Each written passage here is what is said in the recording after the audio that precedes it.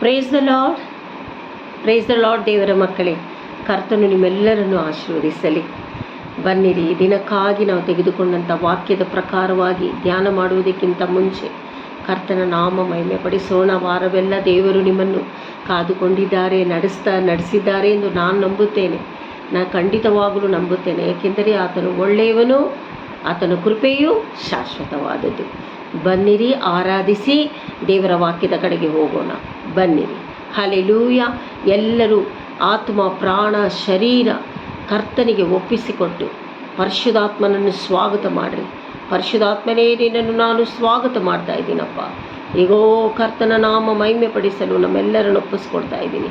ಆಶೀರ್ವದಿಸು ದೇವನೇ. ಸ್ತೋತ್ರ ಸ್ತೋತ್ರ. ನಿನ್ನ ಸಾನ್ನಿಧ್ಯ ಇಳಿದು ಬರಲಿ. ಎಲ್ಲಿ 2-3 ನನ್ನ ನಾಮದಲ್ಲಿ ಕೂಡಿ ಬರುವರು, ಅಲ್ಲಿ ನಾನು ಇಳಿದು ಬರುತ್ತೇನೆ ಎಂದು ಹೇಳಿದ ದೇವನು ಅಪ್ಪ, ನಿನ್ನ ಸಾನ್ನಿಧ್ಯ ಇಳಿದು ಬರಲಿ ದೇವನೇ. ಸ್ತೋತ್ರ ಸ್ತೋತ್ರ ಸ್ತೋತ್ರ ಸ್ತೋತ್ರ ಸ್ತೋತ್ರ. ಕೃಪೆ ಕೃಪೆ ಕೃಪೆ ಯೇಸು ಅಪ್ಪ, ಎಲ್ಲ ನಿನ್ನ ಕೃಪೆ.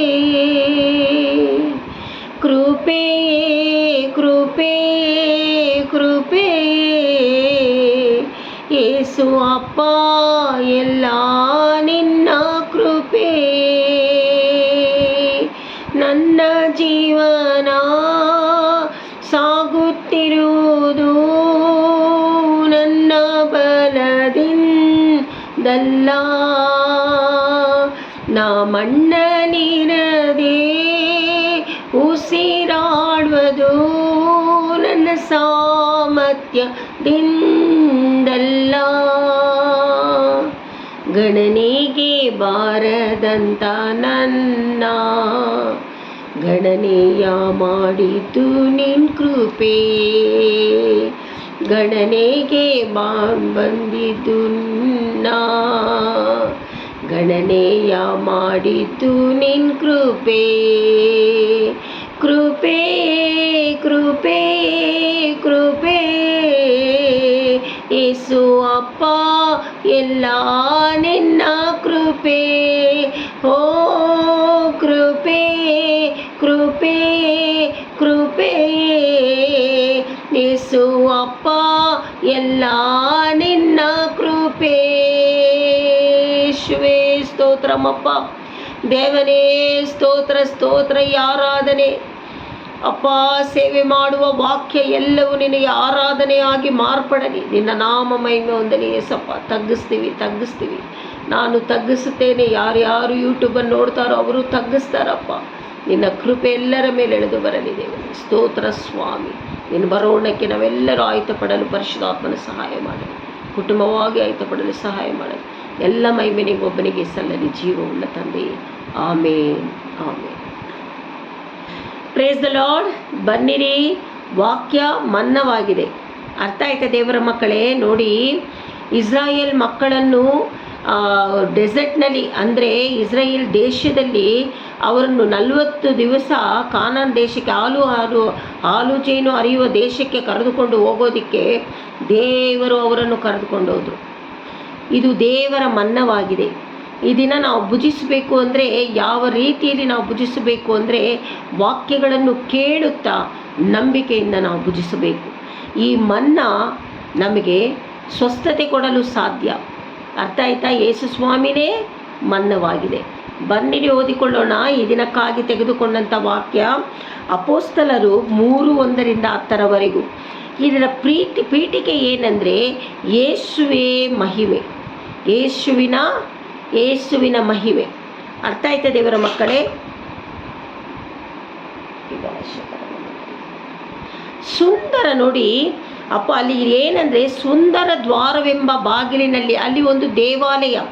ಆ ದೇವಾಲಯದ ಸುಂದರ ಬಾಗಿಲಿನಲ್ಲಿ ಕೂತಿದ್ದ ಭಿಕ್ಷುಗಾರನ ಬಗ್ಗೆ ನಾವು ಈ ದಿವಸ ಮಾತಾಡ್ತಾ ಇದ್ದೀವಿ. Hallelujah, hallelujah. ಎಲ್ಲರೂ ಸಂತೋಷದಿಂದ ನಾವು ವಾಕ್ಯಗಳನ್ನು ಕೇಳಬೇಕು.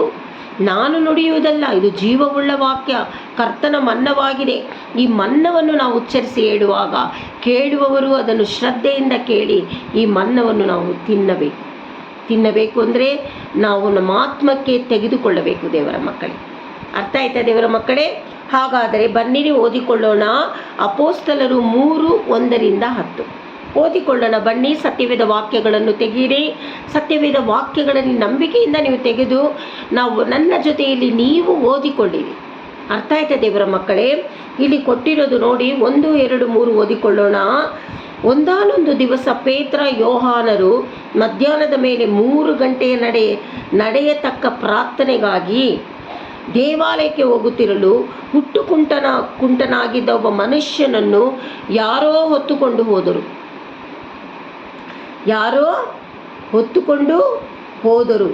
ಹಂಗಾದರೆ ನೋಡಿ, ಪೇತ್ರನು ಮತ್ತು ಯೋಹಾನರು ಇವರು ಯೇಸು ಸ್ವಾಮಿ ಶಿಷ್ಯರು. ಇವರು ಮಧ್ಯಾಹ್ನದ ವೇಳೆಯಲ್ಲಿ 3 ಗಂಟೆ ಪ್ರಾರ್ಥನೆ ಮಾಡುವುದಕ್ಕೋಸ್ಕರ ದೇವಾಲಯಕ್ಕೆ ಹೋಗುವಾಗ ಒಂದು ಹುಟ್ಟುಕುಂಟನನ್ನು ಹೊತ್ಕೊಂಡು ಹೋಗ್ತಾ ಇದ್ದಾರೆ. ಯಾಕಂದರೆ ಸುಂದರ ದ್ವಾರವೆಂಬ ಬಾಗಿಲಿನಲ್ಲಿ, ದೇವಾಲಯದ ಬಾಗಿಲದಲ್ಲಿ ಅವನನ್ನು ಕುಂಡ್ರಿಸೋದಕ್ಕೆ ಎತ್ಕೊಂಡು ಹೋಗ್ತಾ ಇದ್ದಾರೆ. ಯಾಕಂದರೆ ಅವನು ನಡೆಯೋಕ್ಕಾಗ್ತಾ ಇಲ್ಲ. ಅರ್ಥ ಆಯ್ತಾ ದೇವರ ಮಕ್ಕಳೇ? ಹಾಗಾದರೆ 2 ಓದಿಕೊಳ್ಳೋಣ.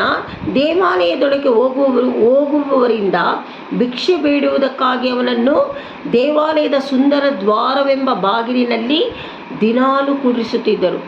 ಭಿಕ್ಷೆ ಬೇಡಕ್ಕೋಸ್ಕರ ದಿನಾ ಹುಟ್ಟುಕುಂಟನನ್ನು ಕರೆದುಕೊಂಡು ಬಂದು ದೇವಾಲಯದ ಬಾಗಿಲಿನಲ್ಲಿ ಕುಂಡ್ರಿಸ್ಬಿಟ್ಟು ಹೋಗ್ತಾ ಇದ್ರು. ಅರ್ಥ ಆಯ್ತಾ ದೇವರ ಮಕ್ಕಳೇ? ಹಾಗಾದರೆ 3ನೇ ವಾಕ್ಯ 3:3 ಅವನು ದೇವಾಲಯದೊಳಗೆ ಹೋಗುತ್ತಿರುವ ಪೇತ್ರ ಯೋಹಾನರನ್ನು ಕಂಡು ಭಿಕ್ಷೆ ಕೊಡಬೇಕು ಎಂದು ಪೇತ್ರ ಯೋಹಾನರಿಬ್ಬರು ಅವನನ್ನು ದೃಷ್ಟಿಸಿ ನೋಡಿದರು. ನೋಡಿ, ಭಿಕ್ಷೆಗಾರರು ಯಾರ್ಯಾರು ಹೋಗ್ತಾರೋ ಭಿಕ್ಷೆ ಕೇಳುವುದುಂಟು. ಆ ದಿನ ಈ ಕುಂಟುಗಾರನು ಪೇತ್ರ ಯೋಹಾನರ ಹತ್ರ ಭಿಕ್ಷೆ ಕೇಳ್ತಾ ಇದ್ದಾನೆ. ಆವಾಗ ಪೇತ್ರ ಯೋಹಾನರು ಆ ಕುಂಟನನ್ನು ನೋಡಿ ದೃಷ್ಟಿಸಿ ನೋಡ್ತಾ ಇದ್ದಾರೆ. ಅರ್ಥ ಆಯ್ತಾ ದೇವರ ಮಕ್ಕಳೇ?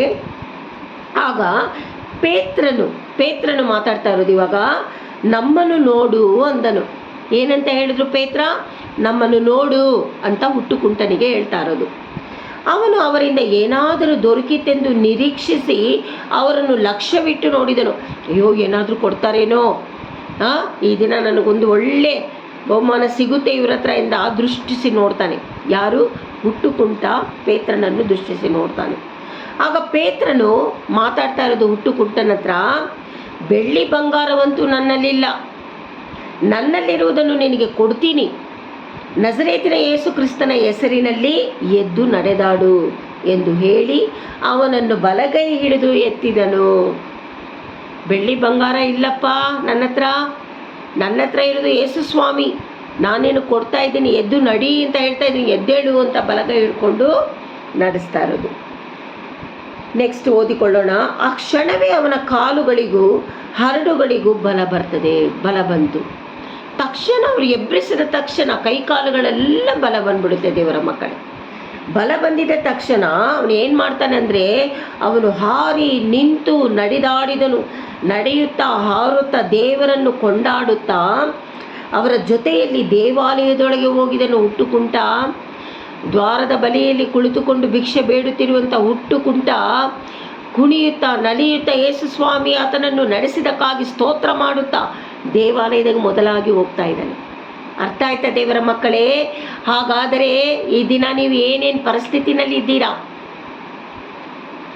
ದೇವರು ಎಲ್ಲವನ್ನು ಮಾಡಲು ಶಕ್ತನಾಗಿದ್ದಾನೆ. ಅರ್ಥ ಆಯ್ತಾ ದೇವರ ಮಕ್ಕಳೇ? ಹಾಗಾದರೆ ನಿಮ್ಮ ಅವಸ್ಥೆಗಳಿಗೆ ವೇದನೆ ಪಡಬೇಡ್ರಿ. ಯೇಸು ಸ್ವಾಮಿ ಬರೋಣ ಹತ್ತಿರವಾಯಿತು. ಈ ಹುಟ್ಟುಕುಂಟನಿಗೆ ಇದ್ದಂಥ ನಂಬಿಕೆ ಏನೋ ಸಿಗುತ್ತದೆ ಅಂತ ದೃಷ್ಟಿಸಿ ನೋಡಿದ ಆ ವಾಕ್ಯ, ನೀವು ದೃಷ್ಟಿಸಿ ಯಾರನ್ನು ನೋಡಬೇಕು? ಮನುಷ್ಯರನ್ನಲ್ಲ, ದೇವರನ್ನು, ಪರ್ವತದ ಮೇಲೆ ಕುಳಿತಿರುವ ದೇವರನ್ನು ನೀವು ದೃಷ್ಟಿಸಿ ನೋಡಬೇಕು. ಅರ್ಥ ಆಯ್ತಾ ದೇವರ ಮಕ್ಕಳೇ? ದೇವರ ಕೈಯಲ್ಲಿ ಅಸಾಧ್ಯವಾದದ್ದು ಯಾವುದೂ ಇಲ್ಲ. ಆತನು ಒಂದು ನಿಮಿಷವೂ ಕಣ್ಣು ಮುಚ್ಚಿಕೊಳ್ಳುವ ದೇವನಲ್ಲ. ನಿನ್ನ ಪರಿಸ್ಥಿತಿ, ನನ್ನ ಪರಿಸ್ಥಿತಿ ಆತನಿಗೆ ಗೊತ್ತಿದೆ. ಅರ್ಥ ಆಯ್ತಾ ದೇವರ ಮಕ್ಕಳೇ? ಆತನಿಗೆ ಮಾಡಲು ಶಕ್ತನಾಗಿದ್ದಾನೆ. ಬಿಡುಗಡೆ ಕೊಡಲು, ಅವಶ್ಯಕತೆಗಳನ್ನು ಸಂಧಿಸಲು, ಆಶೀರ್ವದಿಸಲು, ಕುಟುಂಬ ಕೂಡಿಸಲು, ಸಾಲ ತೀರಿಸಲು, ರೋಗ ಸೌಖ್ಯ ಮಾಡಲು ಎಲ್ಲವೂ ಆತನಿಗೆ ಗೊತ್ತಿದೆ. ನೀನು ಬರೇ ಆತನನ್ನು ದೃಷ್ಟಿಸಿ ನೋಡಿ ಪ್ರಾರ್ಥಿಸುವಂತನೇ ಪೇತ್ರ ಯೋಹಾನರು ಹೇಳ್ತಾ ಇರೋದು. ನನ್ನಲ್ಲಿ ಬೆಳ್ಳಿ ಬಂಗಾರವಂತೂ ಇಲ್ಲ, ನನ್ನಲ್ಲಿ ಯೇಸು ಸ್ವಾಮಿ ಇದ್ದಾರೆ, ಎದ್ದು ನಡೆ ಎಂದು ಬಲಗೈಯನ್ನು ನೀಟಿ ಅವನನ್ನು ಎಬ್ಬರಿಸಿ ನಡೆಸಿದಾಗ ಅವನು ಕುಣಿಯುತ್ತಾ ಜಿಗಿಯುತ್ತಾ ದೇವಾಲಯದೊಳಗೆ ಅವರ ಜೊತೆಯಲ್ಲಿ ಹೋದನು. ಅವನು ನಡೆಯುತ್ತಾ ದೇವರನ್ನು ಕೊಂಡಾಡುತ್ತಾ ಇರುವುದೆಲ್ಲವನ್ನು ಜನರೆಲ್ಲರೂ ನೋಡಿ, ಇವನು ದೇವಾಲಯದ ಸುಂದರ ದ್ವಾರವೆಂಬ ಬಾಗಿಲಲ್ಲಿ ಕೂತು ಭಿಕ್ಷೆ ಬೇಡುತ್ತಿದ್ದವನೆಂದು ಗುರುತು ಹಿಡಿದು ಅವನಿಗೆ ಸಂಭವಿಸಿದ್ದಕ್ಕೆ ವಿಸ್ಮಯ ಹಿಡಿದವರಾಗಿ ಬಹಳ ಬೆರಗಾದರು. ನೋಡಿ, ಏನಾದರೂ ಒಂದು ನಡೆದರೆ ನಾವು ಆಶ್ಚರ್ಯವಾಗಿ ನೋಡ್ತಾ ಇದ್ದೀವಿ. ದೇವರ ಮಕ್ಕಳೇ, ನನ್ನ ವಿಷಯದಲ್ಲೂ ಎಲ್ಲರೂ ಆಶ್ಚರ್ಯವಾಗಿ ನೋಡತಕ್ಕಾಗಿ ದೇವರು ಮಾಡ್ತಾರೆ, ಬಿಡುಗಡೆ ಕೊಟ್ಟಿದ್ದಾರೆ. ನಂಬಿಕೆಯಿಂದ ಪ್ರಾರ್ಥಿಸ್ರಿ. ನನಗೆ ಬಿಡುಗಡೆ ಸಿಕ್ತು, ನನಗೆ ಸಾಲ ತೀರ್ತು, ನನ್ನ ಕುಟುಂಬ ನನ್ನ ಬಿಟ್ಟು ಹೋಗಿದ್ದಾರೆ, ಕುಟುಂಬ ದೇವರು ನನಗೆ ವಾಪಸ್ ಕೊಟ್ಟರು, ನನ್ನ ಸೇವೆ ಹೋಗಿತ್ತು, ಸೇವೆ ವಾಪಸ್ ಕೊಟ್ಟರು. ದೇವರ ಮಕ್ಕಳೇ, ಆರೋಗ್ಯ ಇಲ್ಲ, ಆರೋಗ್ಯ ಕೊಟ್ಟರು. ನಂಬಿಕೆಯಿಂದ ಕರ್ತನನ್ನು ಸ್ತುತಿಸಿ ಕೊಂಡಾಡಬೇಕು. ಅರ್ಥ ಆಯ್ತಾ ದೇವರ ಮಕ್ಕಳೇ? ಹಾಗಾದರೆ ಬೆರಗಾಗಿ ಆ ಕುಂಟ ಅಲ್ಲ, ಇವಾಗ ಚೆನ್ನಾಗಿ ನಲಿಯುತ್ತಾ ಕುಣಿಯುತ್ತಾ ದೇವರನ್ನು ಕೊಂಡಾಡುತ್ತಿದ್ದ ಕುಂಟನನ್ನು ನೋಡಿ ಅಲ್ಲಿರುವ ಜನರೆಲ್ಲ ವಿಸ್ಮಯಗೊಂಡರು. ಅರ್ಥ ಆಯ್ತಾ ದೇವರ ಮಕ್ಕಳೇ? ಹೇಗೆ ವಿಸ್ಮಯಗೊಂಡರು ಅಂದರೆ, ಸ್ವಲ್ಪ ಯೋಚನೆ ಮಾಡಿ. ನೀವು ದುಃಖದಲ್ಲಿರುವಾಗ ನಿಮಗೆ ಒಂದು ಸಂತೋಷ ಬರುತ್ತದೆ. ಆ ಸಮಯದಲ್ಲಿ ನೀವು ಎಷ್ಟು ಸಂತೋಷವಾಗಿರ್ತೀರ, ಆತನು ಆ ರೀತಿ ಸಂತೋಷ ಪಟ್ಟಿರ್ಬೋದು ಅಂತ ನಾನು ನೆನೆಸ್ಕೊಳ್ತೀನಿ. ಅದೇ ರೀತಿಯಲ್ಲಿ ನಾನು ಸಂತೋಷ ಪಡ್ತಾ ಇದ್ದೀನಿ ನನ್ನ ಸಾಕ್ಷಿಯಲ್ಲಿ. ದೇವರ ಮಕ್ಕಳೇ, ನೀವು ಅದೇ ರೀತಿಯಲ್ಲಿ ದೇವರನ್ನು ನಂಬಬೇಕು. ಅರ್ಥ ಆಯ್ತಾ? ಸೈತಾನನು ಏನು ಮಾಡಲು ಸಾಧ್ಯ? ಅವನ ಲಜ್ಜೆಗೆಟ್ಟು ಓಡೋಗ್ಬಿಟ್ಟ ಅಂಥೇಳಿ ಯೇಸು ಸ್ವಾಮಿಯನ್ನು ಮಹಿಮೆ ಪಡಿಸಿ. ಅರ್ಥ ಆಯ್ತಾ? ಯೇಸು ಸ್ವಾಮಿ ನಮ್ಮ ಎಲ್ಲ ನಮ್ಮ ದುಃಖಗಳನ್ನು, ಕಣ್ಣೀರನ್ನು ಶಿಲುವೆಯಲ್ಲಿ ತೆಗೆದುಕೊಂಡು, ರೋಗವನ್ನು ತೆಗೆದುಕೊಂಡು, ಶಾಪದೋಷ ಕರ್ಮಗಳನ್ನು ಶಿಲುವೆಯಲ್ಲಿ ತೆಗೆದುಕೊಂಡು ನಮಗೆ ಬಿಡುಗಡೆ ಕೊಟ್ಟಿರುವಾಗ ಯಾವಾಗಲೂ ಆತನನ್ನು ನಾವು ಮಹಿಮೆ ಪಡಿಸಬೇಕು. ಅರ್ಥ ಆಯ್ತಾ ದೇವರ ಮಕ್ಕಳೇ? ಈ ದಿನದ ವಾಕ್ಯ ನಿಮ್ಮೆಲ್ಲರನ್ನು ಬಲಪಡಿಸಿದೆ ಎಂದು ನಾನು ನಂಬ್ತಾ ಇದ್ದೀನಿ. ಕರ್ತನು ನಿಮ್ಮನ್ನು ನೋಡ್ತಾ ಇದ್ದಾರೆ, ನನ್ನನ್ನು ಸಹ ನೋಡ್ತಾ ಇದ್ದಾರೆ.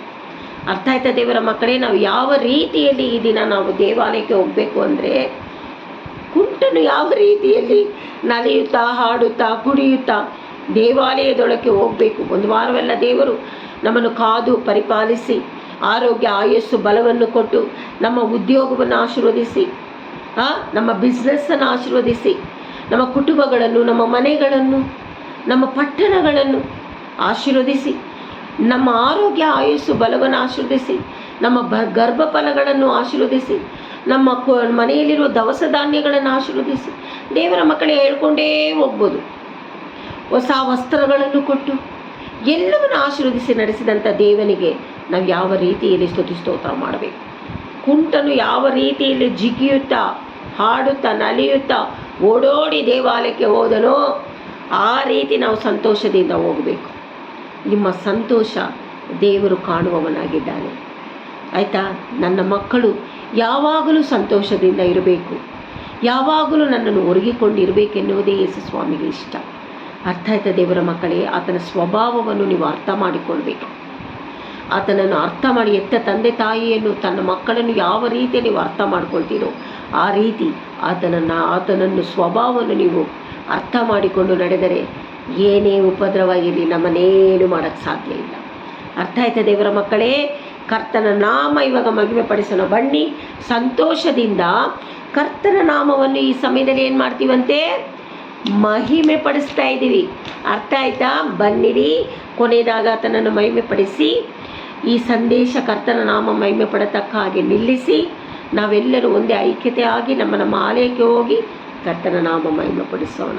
Hallelujah, hallelujah. வல்லக்கிருபை நல்ல கிருபை எழுவாமல் காத்த சுத்த கிருபை அக்கினியில் வேகாமல் காத்த கிருபை தண்ணீரில் முழுகாமல் தாங்க கிருபை கிருபை என்னை தாங்கிடுதே கிருபை என்னை நடத்திடுதே ஹலி ஹலி லூயா ஹலி ஹலி லூயா அக்கினியில் சூளை வெந்து போகாமல் கிருபை தாங்கினது என் முடி கூட கருகாமல் புகை கூட அணுகாமல் கிருபை தாங்கினதே. ஹலி ஹலி லூயா, ஹலி ஹலி லூயா. ಆಮೇನ್, ಹಲ್ಲೆಲೂಯಾ. ಕರ್ತನ ನಾಮ ಮಹಿಮೆ ಹೊಂದಲಿ. ದೇವರ ಮಕ್ಕಳೇ, ನಾವು ಸಂತೋಷದಿಂದ ಆಲಯಕ್ಕೆ ಹೋಗೋಣ. ದೇವರು ನಿಮ್ಮೆಲ್ಲರನ್ನು ಆಶೀರ್ವದಿಸಲಿ. ಈ ದಿನದ ಸೇವೆ ನಿಮ್ಮನ್ನು, ನಮ್ಮನ್ನು, ನನ್ನನ್ನು ನೋಡುವವರೆಲ್ಲರನ್ನು ಕರ್ತನು ಆಶೀರ್ವದಿಸಲಿ ಎಂದು ಕರ್ತನ ನಾಮ ಮಹಿಮೆ ಪಡಿಸುತ್ತಾ ನಿಮ್ಮೆಲ್ಲರನ್ನು ಆಶೀರ್ವದಿಸುತ್ತಾ ಈಗ ನಿಲ್ಲಿಸುತ್ತೇನೆ. Thank you.